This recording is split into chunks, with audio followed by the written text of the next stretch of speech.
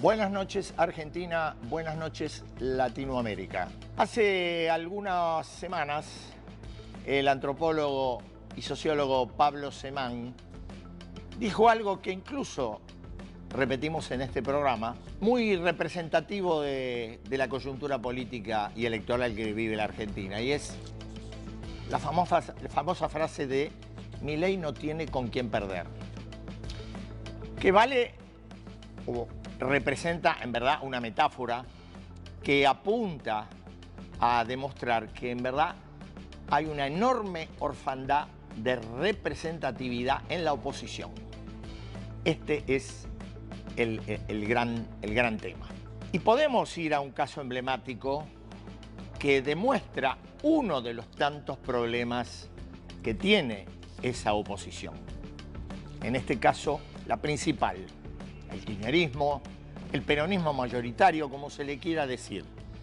Hay un trabajo de la Universidad de San Andrés que revela justamente una contradicción muy profunda en la percepción que tiene la opinión pública. ¿Por qué razón? Porque esa opinión pública sigue considerando al peronismo en un 70% como el principal o como la principal referencia opositora. Ahora, ¿qué sucede? Esa misma opinión pública opina en un 59% que la condena de Cristina Fernández a 6 años de prisión es correcta, es válida.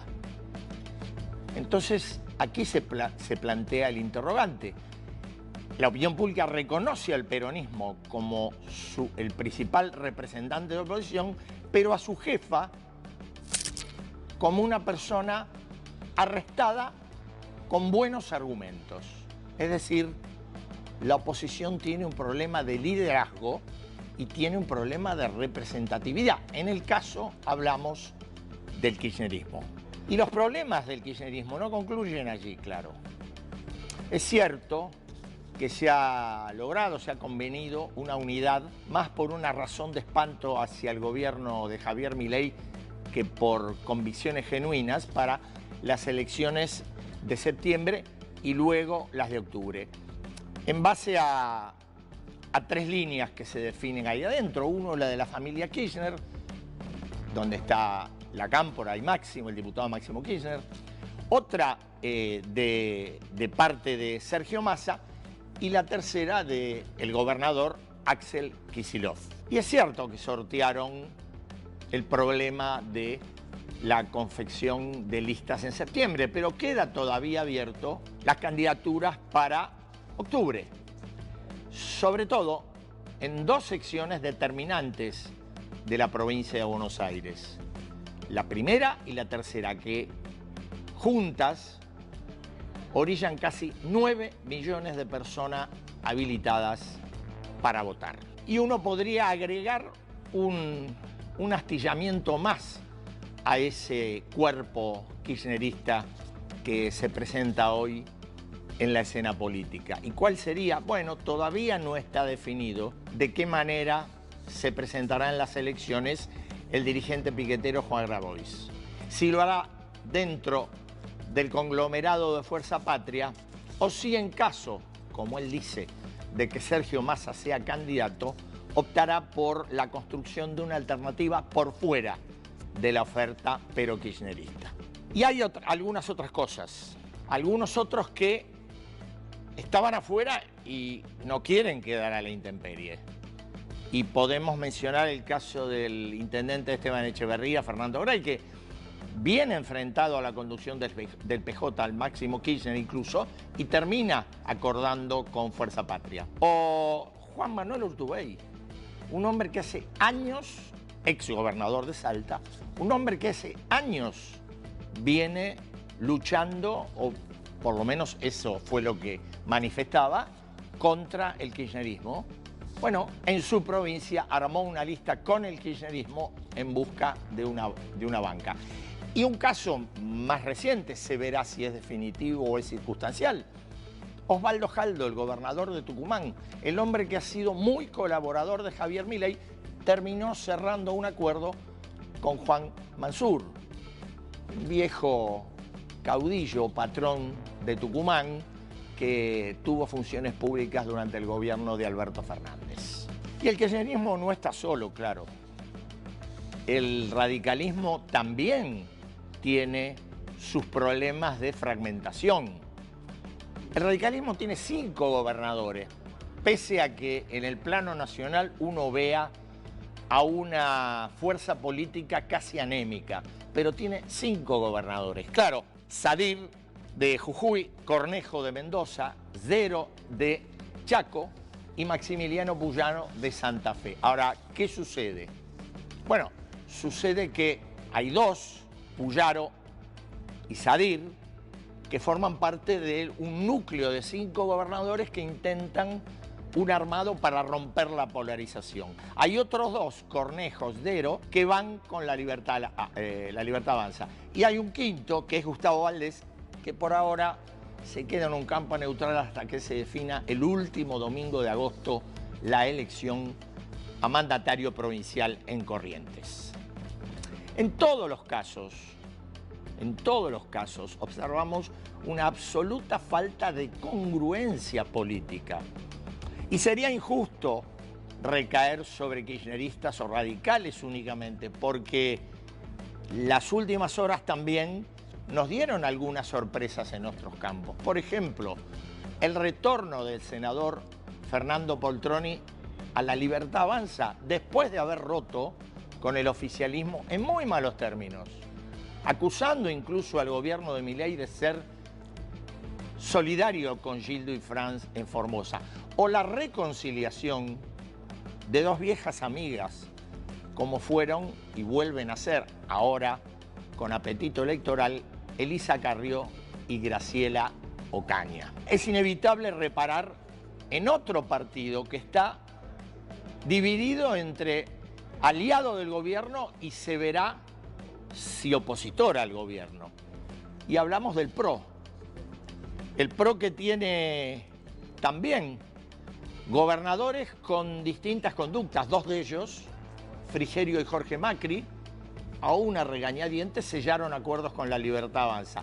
Ignacio Torres no, el de Chubut, el gobernador de Chubut, hizo un armado propio e irá en su provincia a enfrentar a los libertarios. Entonces uno se pregunta si aquella declaración conjunta que hicieron Karina Milei y Cristian Ritondo, el jefe del bloque de diputados del PRO, cuando sellaron el gran acuerdo en el AMBA, Buenos Aires y la ciudad, de que todos los diputados que formen parte de los 2 partidos deberán a futuro acompañar todas las propuestas del gobierno, terminará por cumplirse. O observaremos nuevos desprendimientos en ese universo oficialista entre libertarios y macristas. Y acá hay que destacar algo.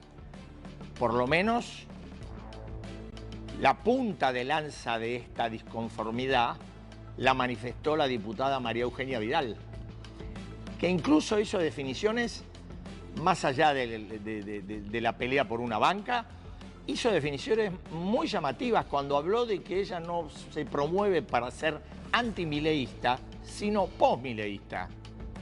Y uno pregunta, ¿estará pensando que en el 2027 Milei no será reelecto? Este es el escenario que queda camino a la primera prueba del 7 de septiembre. Está muy claro que la oposición parece encerrada en un laberinto donde no se encuentra fácilmente la salida.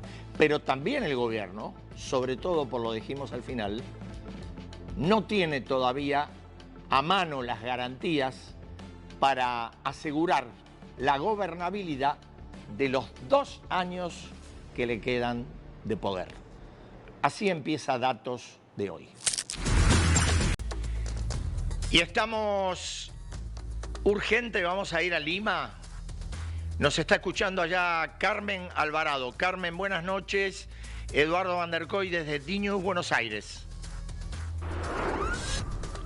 Eduardo, ¿cómo estás? Muy buenas noches para ti y también para toda nuestra audiencia de América Latina. Hace tan solo algunos instantes, por esta puerta aquí de esta dependencia del Poder Judicial, acaba de salir el vehículo que está transportando a Martín Vizcarra, el ex mandatario del Perú, a hacer las diligencias respectivas ya con rumbo al penal de Barbadillo. ¿Por qué? Porque hoy la justicia peruana le ha dictaminado 5 meses de prisión preventiva. Esto en un contexto de una causa por cohecho pasivo propio, donde la Fiscalía está exigiendo 15 años de prisión para el exmandatario. Estamos hablando, Eduardo, de otro exmandatario de la República del Perú que en estos momentos tiene causas abiertas y que evidentemente se suma a la gran crisis política que estamos acumulando, que estamos arrastrando. Entonces, noticia de último minuto por esta puerta que nosotros también hemos registrado. Hace tan solo algunos instantes había una gran cantidad de personas,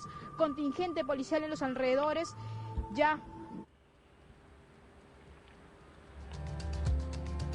del Perú para las diligencias respectivas, y de esta forma él pueda cumplir esa prisión preventiva de 5 meses. La solicitud de la Fiscalía fue de 6 meses, pero el juez ha decidido darle 5 meses, pues porque, según lo que ha argumentado, no tiene arraigo laboral y no tiene arraigo domiciliario. Una jornada histórica nuevamente desde la capital peruana, Eduardo.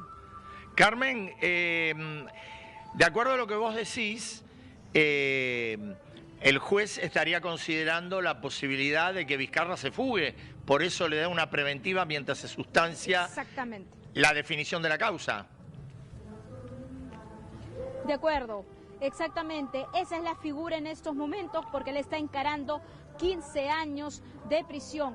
A ver, ¿cuál es el sustento, cuál es el trasfondo, Eduardo, en este asunto? Es que habría recibido coimas, sobornos de 2.3 millones de soles en 2 causas, en 2 casos precisamente, el Hospital de Moquegua y Lomas de Hilo, cuando él fue gobernador regional de Moquegua. ¿De qué años estamos hablando? 2011 al 2014. Recordemos que Martín Vizcarra fue presidente de la República del Perú de 2018 hasta el 2020, pero que esta causa se remonta cuando él fue gobernador regional de Moquegua, es decir, en el sur de nuestro país.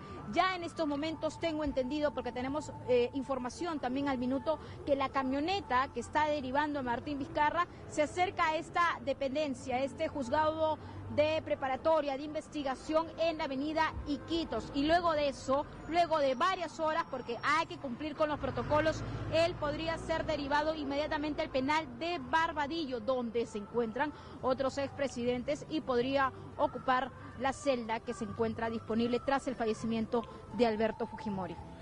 Carmen, la última pregunta te hago. ¿Es posible hacer cuantitativamente una valoración de cuál sería el volumen de dinero que se le endilga a Vizcarra a través de fraude, negociado, más o menos? Así es, así es. Sí, claro que sí, ya le ha proyectado el Ministerio Público 2.3 millones de soles, incluso según la Fiscalía, este dinero se habría entregado en partes. Hay testigos, hay testimonios, hay también elementos probatorios, documentación, chat y hasta incluso algunas imágenes que forman parte de los elementos probatorios que está presentando el Ministerio Público. Entonces se viene una situación muy compleja para Martín Vizcarra, que todavía aspira a llegar a Palacio de Gobierno, a pesar, Eduardo, del que se encuentra inhabilitado para ejercer cargos públicos. Y recordemos que incluso él ha apelado, ha llevado su caso a instancias internacionales para revertir esta situación, pero la tiene realmente muy duro. Pero a pesar de todo eso, Martín Vizcarra viajaba en todo el territorio nacional con su plataforma política Perú Primero y hacía actos proselitistas. Lo último que vimos de él fue paseando por el distrito Santa Rosa de Loreto, en Isla Chinería, conocida como Isla Santa Rosa, luego de que surgiera este impasse o lo provocara el presidente colombiano Gustavo Petro, y él estaba paseando por ahí como un mero candidato presidencial, a pesar de esta inhabilitación, a pesar de esta prohibición. Así están las cosas en el Perú. Lamentable, otro ex mandatario tras las rejas, al menos de forma preventiva, en el caso de Martín Vizcarra. Eduardo. Carmen, muchas gracias por la información y bueno, seguramente vamos a volver a tomar contacto en los próximos días por este episodio. Gracias, Carmen.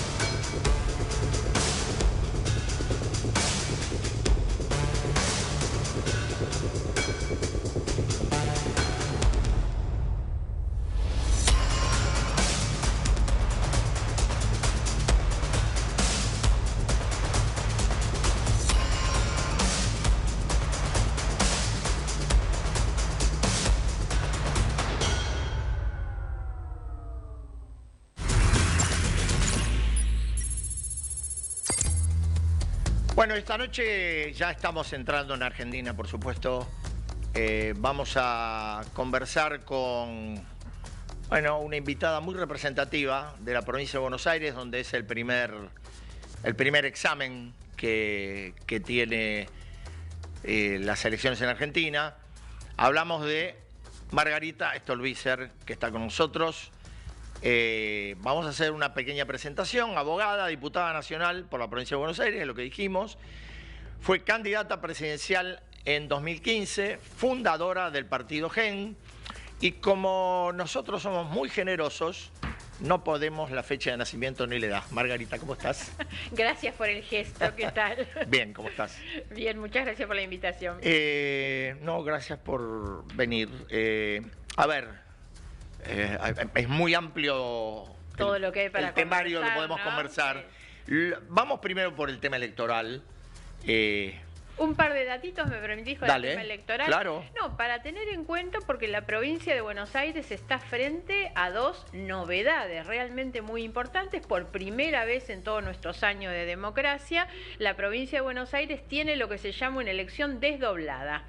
O sea, hay una elección a legisladores provinciales y municipales el 7 de septiembre y otra diferente para los nacionales el 26 de octubre. Es la primera vez. Con dos boletas diferentes. Exactamente, esa es la otra novedad. Por primera vez en Buenos Aires, en la del 26 de octubre, vamos a tener el sistema de boleta única de papel, donde la gente va a elegir con la fotito de los candidatos, poniendo la cruz a donde vota. Son dos cuestiones muy novedosas.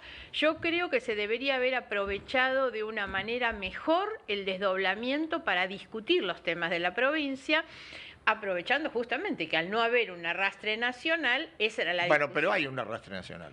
Digo, pasó en la ciudad de Buenos Aires. Terminó habiéndolo, y por eso es que no hubo discusión de un proyecto para la provincia. Es que, ¿no? A ver, por ahí no nos ponemos de acuerdo, pero digo, me parece que a veces le pasó a Jorge Macri, le puede pasar a Axel Kicillof, de hecho en la campaña le está pasando, vamos a ver los resultados.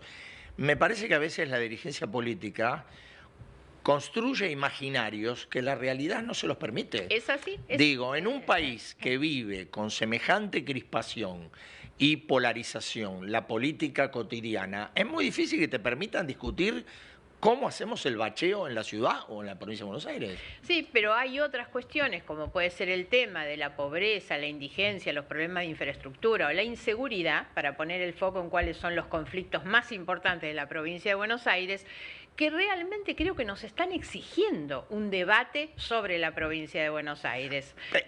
Cuando vos decís nos están exigiendo, ¿quién sería? Porque yo a veces tengo una percepción, es la mía, seguramente puede estar equivocada, una percepción un poquito escéptica de los reclamos. Los reclamos existen, pero la fortaleza de las demandas no sé cuánto. Hace bien en eso, porque es cierto que hoy la demanda social sobre la calidad del debate público es pobrísima. Por eso es que tenemos un muy bajo debate, no hay discusión de contenidos de ninguna manera, hace ya mucho tiempo, no es una cosa exclusiva de esta elección, y la sociedad se termina inclinando más por fotografías, por imágenes. Hoy, lamentablemente, la estrategia del insulto es mucho más fuerte que la estrategia de la protesta, es lo que llama la atención, impacta, entonces parece que este es mejor, es más corajudo, es más bravo, y hoy tiene que ver con eso. Yo comparto, no hay una sociedad que esté demandando fuertemente.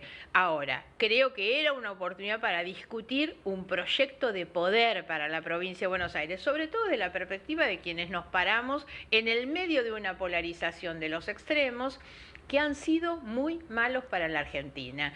Tanto el kirchnerismo gobernando como Milei haciéndolo hoy en el gobierno nacional no son buenos para el país. No lo han sido, no lo van a hacer. Entonces, qué gran oportunidad teníamos de haber empezado a discutir un proyecto de poder. Y no hay proyecto de poder nacional si no hay un proyecto de poder en la provincia de Buenos Aires. Sí, que es el 40% del electorado. Pero, digo, vos mencionabas una cosa que me parece que es cierto que es una cosa necesaria, pero que desde hace mucho tiempo no se puede construir, que es la famosa Avenida del Medio, o, para decirlo de otra manera, la posibilidad de despolarizar el escenario electoral. Que lo dijo, y podés compartirlo o no, lo dijo esta misma semana María Eugenia Vidal, cuando dice, bueno, yo no voy a acompañar esto, dijo algo más que me hizo un poquito de ruido, no ruido por nada malo, sino por la interpretación. Dijo, bueno, yo no pienso en el antimileísmo, sino en el postmileísmo, como si me estuviera diciendo, mirá, en el 2027 me parece que esto se acaba. Claro.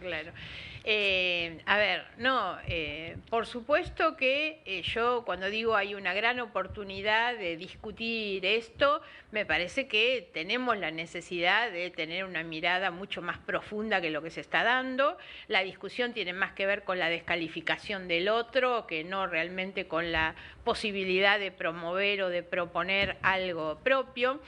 A mí no me gusta la idea del espacio del medio, porque eso indica ya como una condición de achicamiento o de debilidad frente a los otros. Ahora, no es tan así de que no se pueda construir. La elección que lleva o que termina con Milei en la presidencia después de un balotaje empieza con una elección casi de 3/3. Que vaya paradoja, lo había anunciado Cristina Kirchner, que fue la que tuvo esa visión de cómo podía terminar siendo la elección. Fue una elección de 3/3. Nosotros aspiramos a que se vuelva a hacer en lo parecido, tal vez no es exactamente, pero ir lo más cercano posible a una elección de 3/3, que eso es lo que nos permite pensar en un 2027. Estamos hablando, cuando vos hablas de 3/3, hablás de la provincia de Buenos Aires, porque la representación de ustedes es provincia. Hablo de la provincia de Buenos Aires, hablo de la provincia de Buenos Aires, pero también hablo de un 26 de octubre, que si la conformación esta que empiezan a hacer algunos gobernadores, que han empezado a reaccionar, o por lo menos a pretender instalar o pararse frente al gobierno nacional con algún nivel de independencia, no lo veníamos viendo tan claro, pero podría ser, eso también nos puede dar un mapa electoral después del 26 de octubre que sea más equilibrado entre tres espacios políticos. Y eso instala una idea de 2027 distinta a la que el gobierno nos quiere vender, ¿no? ¿Cuánto crees que es de importante, toda elección es importante, la elección del 7 camino al 26? Tal vez menos importante de lo que me hubiera gustado que fuera, o de la pretensión de Kicillof cuando desdobló la elección. Creo que es una elección que va a pasar, a ver, no quiero quedar mal con esto, pero me da la impresión que termina pasando casi sin pena ni gloria, porque encima hay casi una simultaneidad ya con la campaña electoral del 26 de octubre. tenemos, y este es uno de los datos muy importantes a tener en cuenta, que es la baja asistencia de votantes y la elección provincial donde los candidatos de nadie prácticamente son conocidos. Entonces, yo creo que es una elección que no va a tener la importancia que debería haber tenido, que podría haber tenido. Muy cruzada con la otra, sobre Ahora, todo. cuando vos decís no va a tener la importancia, ¿lo referís al tema de la asistencia, al tema de la votación? ¿No lo podés referir a que finalmente va a ser el hall de entrada para la elección del 26 y que esto puede, la del no 7. no que defina, pero puede condicionar ese trayecto del 7 de septiembre al 26 de octubre? A ver. Te planteo los escenarios. La Libertad Avanza gana. Bueno, gana en Buenos Aires. Bueno, El 7 estamos hablando. si el 7, la mirada hacia el 26 puede ser distinta que si pierde. Sí, eso sí, pero a ver, ¿a qué me estoy refiriendo? Y tal vez hasta me estás llevando a un acto de sinceramiento que no he hecho todavía de esta manera, pero yo tengo una visión bastante crítica de cómo se terminó conformando ese espacio del medio como oferta para Bueno, el ustedes 7 formaron de uno aparte. septiembre. Para octubre sí. Pero, Exactamente. ¿qué es lo que pasa? Por eso yo te decía antes, no hay 27 si no hay 25 y no hay proyecto nacional si no hay un proyecto en la provincia de Buenos Aires. Y la conformación de listas para el 7 de septiembre fue ver quién se quedaba con cada pedazo de la chocolatería. Nadie pensó en cómo hacemos para cerrar la chocolatería y ver si abrimos una cosa distinta en la provincia.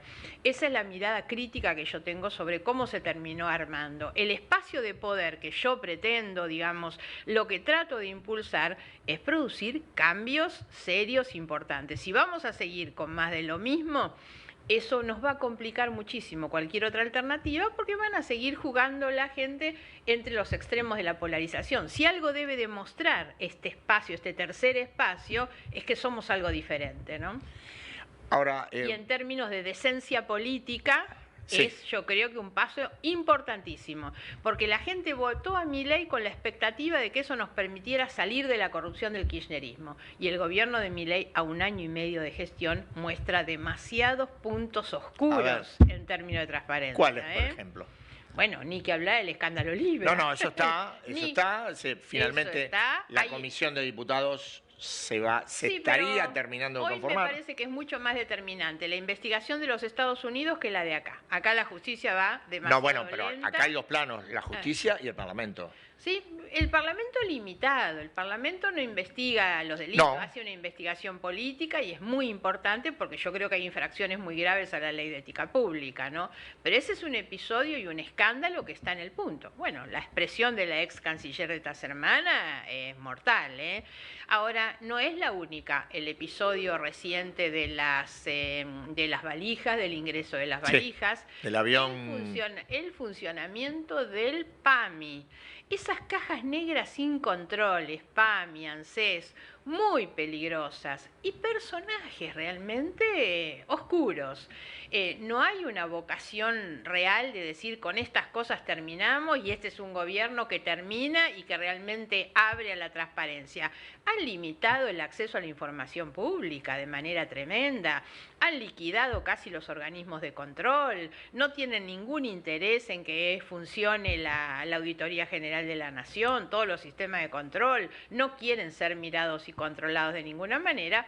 Sumado a esto, y esto va en la línea de una discusión que tenemos estos días sobre el rol del Parlamento y las cosas que se están aprobando, ¿por qué ocurre eso? Porque hace 2 años que no tenemos presupuesto nacional, porque el presidente decidió él no tener presupuesto para manejar discrecionalmente todos los recursos públicos. Entonces le transfieren miles de millones de gastos reservados a la CIDE para no tener que rendir cuentas y no le dan el aumento a los jubilados o al Garrahan, ¿no? Bueno, a ver, me parece que justamente parte de la estrategia de retirar el presupuesto como lo retiró el gobierno en su momento fue esta, la de poder manejar con discrecionalidad los fondos públicos y para poder privilegiar algunas áreas que se supone que en términos de manejo de poder les son más... Las menos transparentes. Seguramente, las menos transparentes casi siempre. Por eso, claro. Casi siempre. Por eso, pero el casi siempre es decir, bueno, vinimos a cambiar, pero no tanto. Y hay algunas cosas que vamos a seguir haciendo parecidas a los otros o porque las hacían los otros. Sí. Y acá yo digo, la Argentina si no produce esos cambios centrales, que es poner sobre la mesa el tema de la decencia pública. Hay cosas sobre las que no podemos seguir tolerando que con una cara distinta nos sigan haciendo las mismas cosas. Es cierto, ¿no? pero a veces uno hace la analogía de otros tiempos históricos no tan lejanos. Por ahí son lejanos y a mí me parece que no. Pero aquí hay cuestiones que son tan centrales para la sociedad que terminan anestesiando otros reclamos que uno cree que deberían ser. Digo, en los 90 la convertibilidad anestesió cantidad de cosas. Totalmente. Digo, hoy la lucha contra la inflación, hoy tuvimos el índice que se conoció de 1.9. Es otra anestesia. Bueno, a ver, estamos diagnosticando algo, pero ¿cómo se rompe esto? Sí. O cómo se sacude por lo menos. Sí, a ver. Siempre hago la aclaración, el equilibrio fiscal es un objetivo compartido. Sí, esto lo dicen todos. Todos, por eso digo. Creo que la única excepción, yo diría, me parece que la única excepción es un poco el kirchnerismo, que no habla sobre esto. Yo lo que le adjudico como marca negativa a la oposición, principalmente al kirchnerismo que gobernó hasta 2023, es que el equilibrio fiscal es una meta. La baja de la inflación también. Exacto. Dame una alternativa a esta que está ejecutando Milei. Y nadie habla de eso. Bueno, nosotros lo hemos hecho, hasta incluso lo pusimos como un capítulo especial en la ley de recomposición de las jubilaciones. Pusimos un capítulo que se llama financiamiento. A mí me llamaba la atención que después salía el jefe de gabinete y decía, díganos de dónde sacar. Bueno, mire, todos han dicho eso. Lea el capítulo 2, porque en el capítulo 2 dice de dónde vamos a sacar los fondos. Y vuelvo con esto, si eso se hubiera discutido en el presupuesto, ninguna de estas leyes tendría sentido, porque además el Congreso debería discutir un presupuesto con las restricciones presupuestarias que marca el Poder Ejecutivo, que insisto, compartimos esas restricciones, pero la asignación de los recursos la tiene el Congreso, porque además ahí va obviamente mi otra crítica, y yo creo que nosotros tenemos un problema grave de institucionalidad débil, precaria, con un presidente que tiene poca vocación democrática. No le gusta ni medio el funcionamiento del Congreso, no le gusta ni medio el sistema de división de poderes. Entonces, eso que le molesta, el hombre ha decidido gobernar prescindiendo del Congreso. No, está bien, yo diría, a lo mejor no le gusta porque es minoría. Puede ser así todo, si hay, algo hay que reconocerle, es que ha podido él, desde un número ínfimo, muy exiguo, muy ínfimo, por supuesto, ha tenido demasiados éxitos, digamos, buenos resultados en la marcha del Congreso. Nosotros lo Ahora, queremos... a ver, ¿eso fue por habilidad de él o porque el golpe del 2023 fue tan fuerte en términos electorales que la oposición se vio obligada a tener buena voluntad y acompañar? Ambas cosas. No le quitemos tampoco el mérito a él para haberlo hecho. Él supo encontrar algunos aliados, detectar dónde podían estar y obviamente que los encontró. Ya que vos estás en la Cámara, claramente, ¿sí? ¿Quién es la persona que, aparte de Martín Menem, quién es la persona que influye en ese circuito negociador del gobierno? Mira, no lo hay, yo lo mencioné recién y siempre le adjudico la muñeca política al jefe de gabinete. Nosotros lo vimos cuando fue el tratamiento de la ley bases en el nosotros se lo inicio de la adjudicamos gestión. al jefe de gabinete también, pero a veces se lo adjudicamos también a Karina Milei. Claro, yo no le veo a ella una actuación en el Congreso, en el Parlamento. no, para nada. Sí, en cambio, sobre todo te mencionaba, cuando fue la sanción de la ley bases, ellos llegaron con mucha prepotencia con aquel primer proyecto, Sí, claro. que era invotable. Febrero. Claro, con los 3.000 artículos, así es que pierden las votaciones iniciales, con mucha soberbia, sin diálogo con nadie, un proyecto que incluía hasta las reformas a los códigos, la toga para los jueces, las entradas del fútbol, la reforma política, una cosa, un mamotreto espantoso.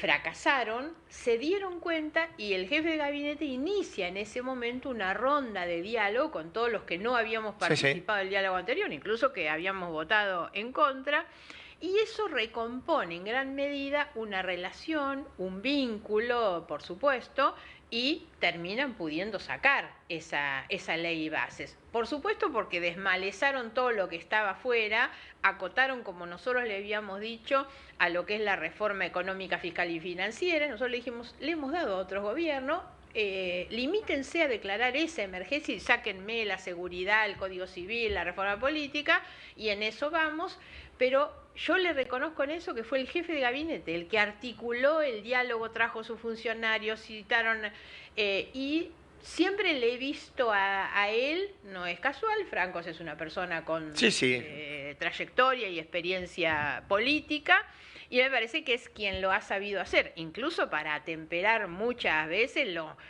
malos ánimos que genera el propio presidente cada vez que nos insulta, ¿no? Y me parece que Francos es el encargado por ahí de ir tendiendo los puentes.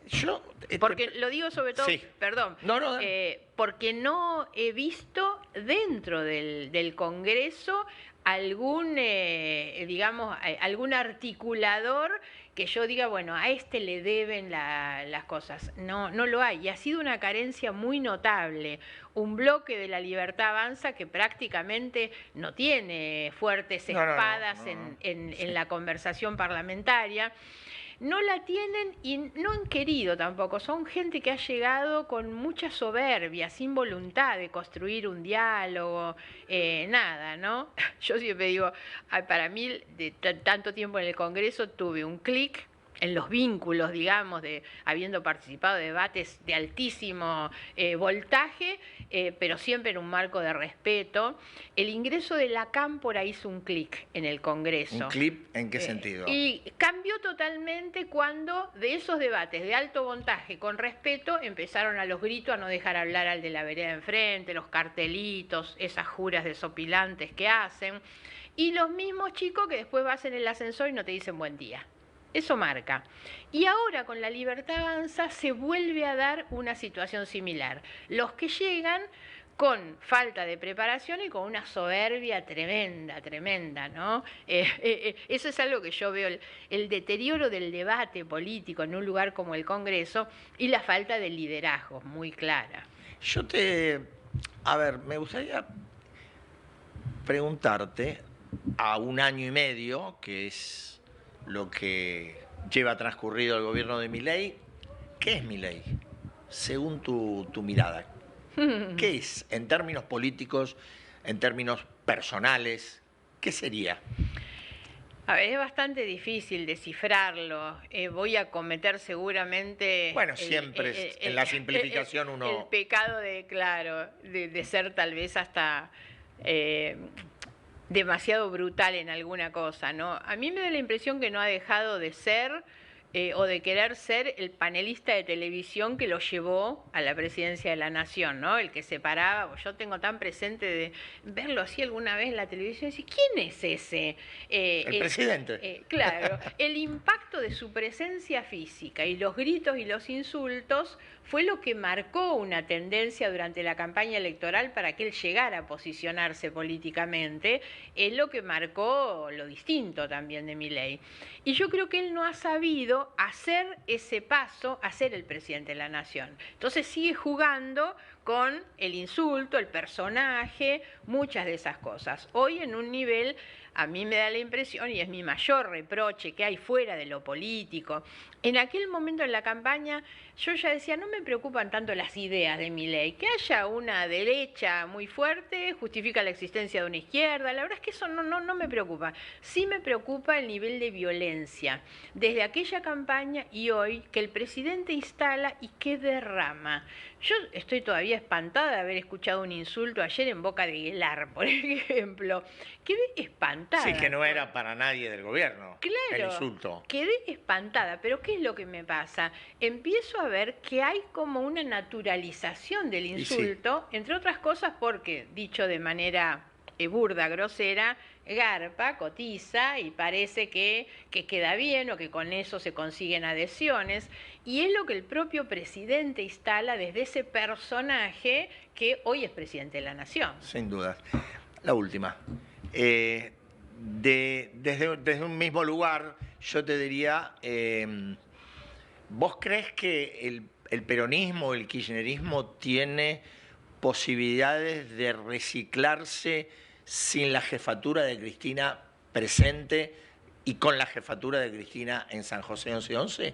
¿Existe esa posibilidad o vos pensás que esto va camino a una dilución? Sí, creo más en esto último. No creo que ella pueda ejercer un liderazgo que de hecho no lo puede hacer en los hechos, ¿no? Hoy están en un proceso electoral definiendo candidatos que son los que van a ir reemplazando. Por lo tanto, me parece que no. Pero además veo que está cada vez más eso pegado con, digamos, con una goma muy débil, muy flojita, muy aguada y se despega en cualquier momento. Tienen un problema muy grande de liderazgos. Lo tiene en general la política argentina, sí, el problema y la crisis de liderazgos, pero se nota mucho en el peronismo porque un reemplazo del liderazgo de Cristina es mucho más difícil que en cualquier otro caso, ¿no? Entonces, yo creo que van camino a que todo eso tarde o temprano vaya tomando como caminos diferentes. Hay una situación parecida hoy también al radicalismo, ¿eh? El radicalismo está atravesando una situación y una crisis más grave todavía, ¿no? Claro, más grande porque es desde la debilidad. El peronismo sigue teniendo, y fíjate que además ellos tienen un olfato y un sentido de unidad estratégica, oportunista, por supuesto, que se ha mostrado en este armado lista. Se están matando, se estaban matando hasta el último día. Kicillof enfrentando a Cristina y terminan armando lista todos juntos, ¿no? Tienen eso que es propio del peronismo, que por ahí no tiene el radicalismo. El poder, exacto. Margarita, muchas gracias por haber estado esta noche. Gracias por la invitación. Nosotros ahora vamos a hacer un corte y a la vuelta vamos a ir a Bolivia. El domingo, elecciones presidenciales con posibilidad de un cambio de signo en el próximo gobierno.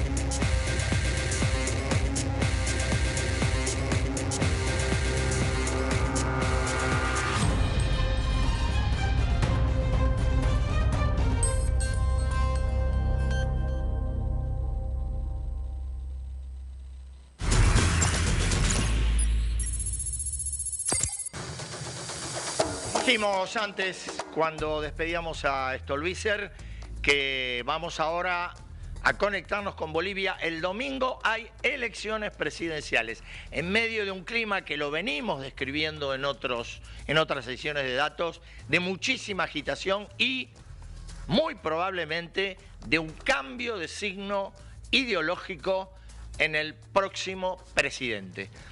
Estamos en contacto con nuestro colaborador José Espinosa en Bolivia. Espinosa, buenas noches. Eduardo Van der Koy desde D-News, Buenos Aires. ¿Cómo estás, Eduardo? Buenas noches. Un gusto estar contigo y con tu audiencia. Muchas gracias por la invitación.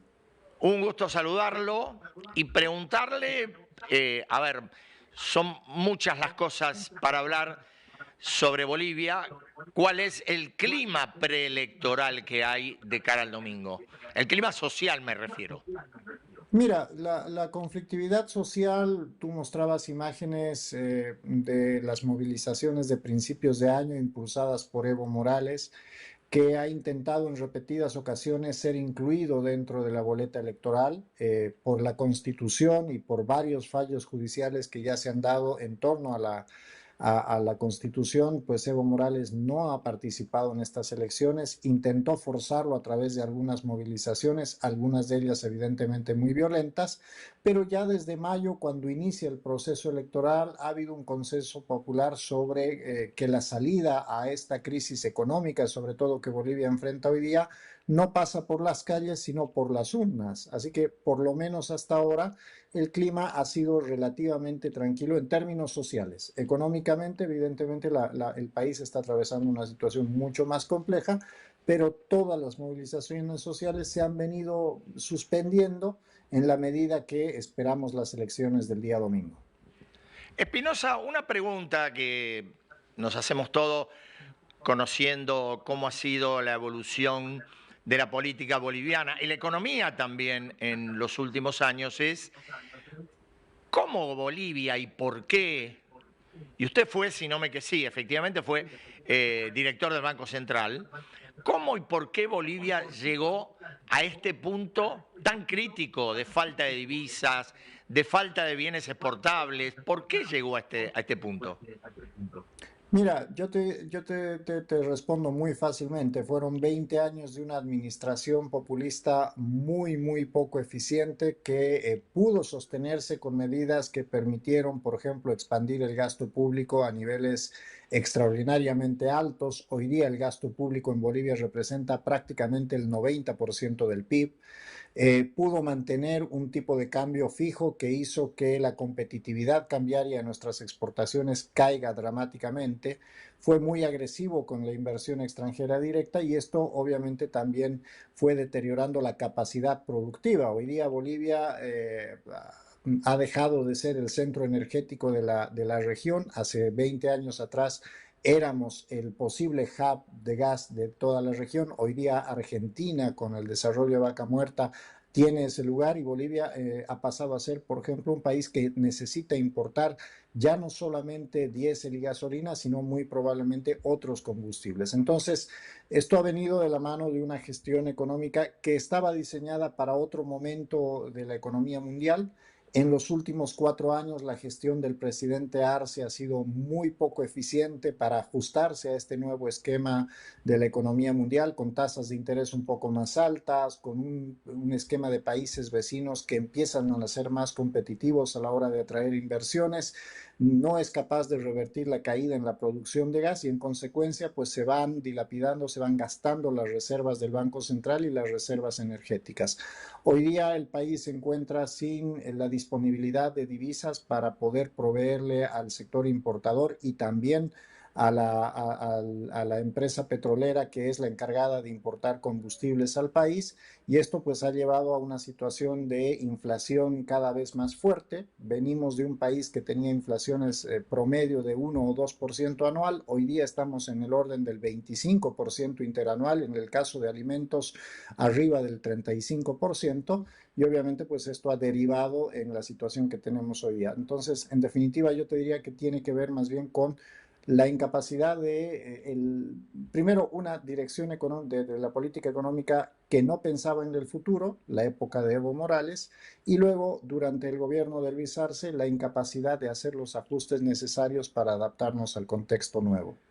Ahora, Espinosa, una pregunta, y obviamente corríjame si estoy en un error. ¿No fue Arce, como ministro de Evo Morales, aquel que más o menos había ordenado la macroeconomía de Bolivia?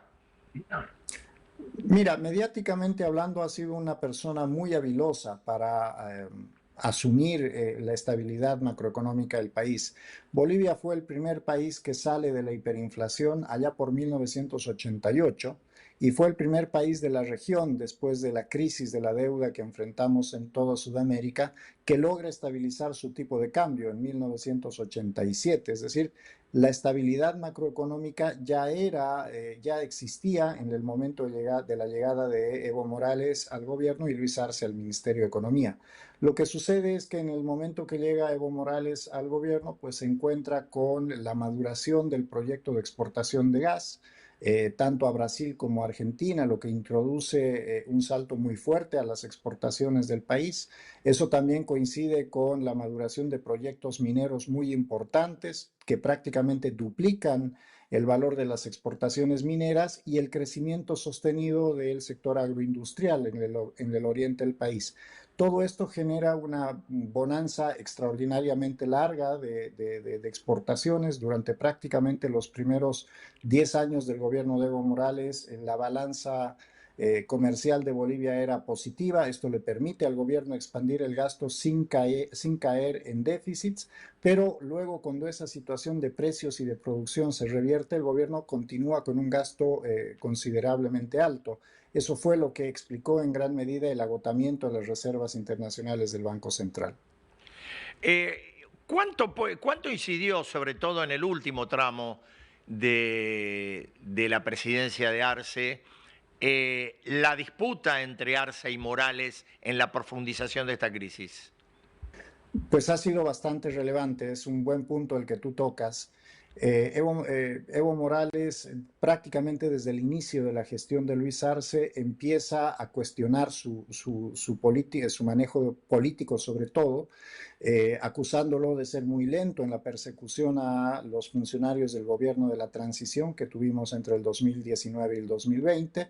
Luego, en la medida que Luis Arce se va separando de lo que Evo Morales señalaba como dirección en la política económica y en general en la dirección política del país, pues Evo Morales empieza a volverse un actor mucho más relevante dentro de la oposición partidaria, al punto tal que ya para el primer año de gestión de Luis Arce, la bancada del movimiento al socialismo, que era mayoritaria después de las elecciones del 2020, se encontraba dividida al menos en tres facciones. Obviamente esto fue acompañado por una imposibilidad muy fuerte del equipo político de Luis Arce para lograr consensos con otras fuerzas políticas, y esto llevó a una parálisis parlamentaria. Durante los últimos 3 años han sido muy pocas las leyes que Luis Arce ha enviado al Congreso y que han sido aprobadas. De hecho, hoy día llevamos 2 años seguidos con un presupuesto que ha sido aprobado por decreto, porque el Congreso no le aprueba ni siquiera el presupuesto a Luis Arce. Espinosa, por último, ¿usted ve como inevitable un cambio de tendencia, de signo ideológico en las próximas elecciones? Primera pregunta. Segunda, ¿también parece inevitable una segunda vuelta? Así es, todas las encuestas, las 11 encuestas que se han realizado en el periodo electoral muestran dos liderazgos fuertes en los primeros lugares, Samuel Doria Medina y Tuto Quiroga, ambos con cerca de un 20% de votación. El tercer lugar, bastante lejano, que ha ido fluctuando entre Manfred Reyes Villa, el actual alcalde de la provincia que se encuentra al centro del país, y Andrónico Rodríguez, que es el actual presidente del Senado, proveniente de la línea del MAS, pero muy lejos de los primeros dos. Así que muy probablemente, de consolidarse lo que hemos visto en las encuestas, Samuel Doria Medina y Tuto Quiroga irán a una segunda vuelta, pero la oposición partidaria al MAS va a tener durante el domingo probablemente la mayoría del Congreso. Así que Va a haber un cambio de ciclo. Claramente hoy día el país está votando más a fuerzas de centro derecha y derecha, y la presidencia se definirá en una segunda vuelta en la segunda quincena de octubre. Espinosa, muchísimas gracias por haber participado esta noche en Datos desde DNews Buenos Aires, y ya nos volveremos a hablar después que pase el domingo. Gracias. El gusto ha sido todo mío, Eduardo. Que sea un buen resto de día para ti y la audiencia. Y nosotros cerramos acá Datos de hoy.